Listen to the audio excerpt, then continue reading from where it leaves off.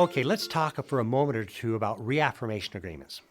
A reaffirmation agreement is an agreement that you sign that puts you back on the hook legally for the obligation that is being discharged by the bankruptcy proceeding.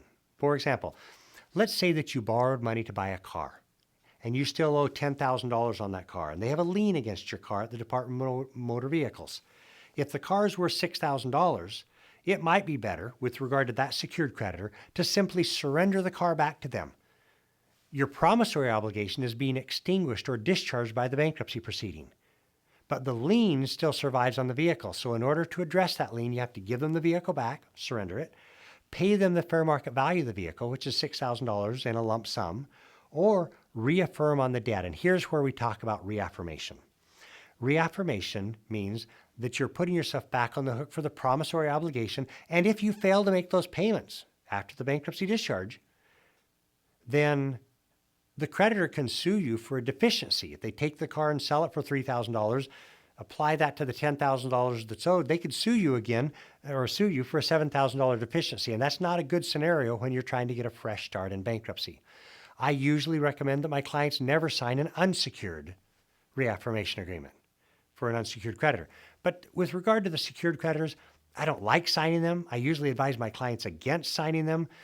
It's usually better to surrender the vehicle and go try to finance another vehicle or borrow a vehicle from somebody at work or in your church or a family member that has an extra vehicle by their garage that they're not using. Save up some money, go buy a point A to point B piece of transportation and get off of this financing treadmill that we seem to be on as Americans with our motor vehicles.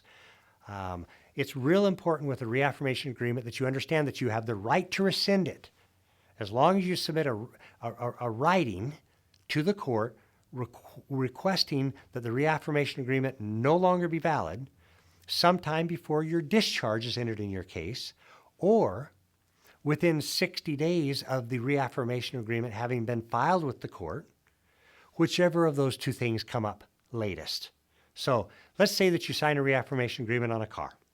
Now, let's talk about why it would be a good idea to sign a reaffirmation agreement. If you owe $2,000 on a car and it's worth $6,000, fine. Let's sign the reaffirmation agreement. There's no exposure there. You're going to pay for it, or if you can't afford to make the payments anymore, you can sell the vehicle to pay off that note. No exposure. Let's say you owe $10,000, like in the example I gave before, and the vehicle's only worth $6,000. If the creditor is willing to write down the principal amount, if the creditor is willing to have the note be a $6,000 note, it makes sense to reaffirm on that debt, as long as the vehicle is something that's dependable and you still want to keep it. Now, there are other reasons. If the creditor will reduce the interest rate, if they'll change the payment or re-amortize the debt over a longer period of time, there's lots of reasons why we would consider it. But you have to move forward with great caution when you're talking about signing a reaffirmation agreement.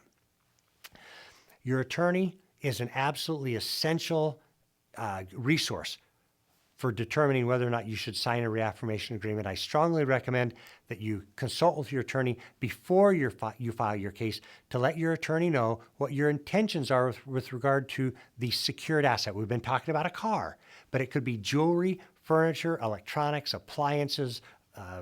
Well, you would never want to reaffirm on a home. There's a great dispute that's going on around the country. Mortgage lenders are reluctant to lend money to somebody on a home where the mortgage wasn't reaffirmed, but the law doesn't require it to be reaffirmed. 80% of the attorneys that I speak with think it's malpractice to reaffirm on a piece of real estate. For goodness sake, don't bust your attorney's chops for indicating that you're not going to be supported in your desire to reaffirm on a piece of real estate, because it is in your best interest to not reaffirm on that debt.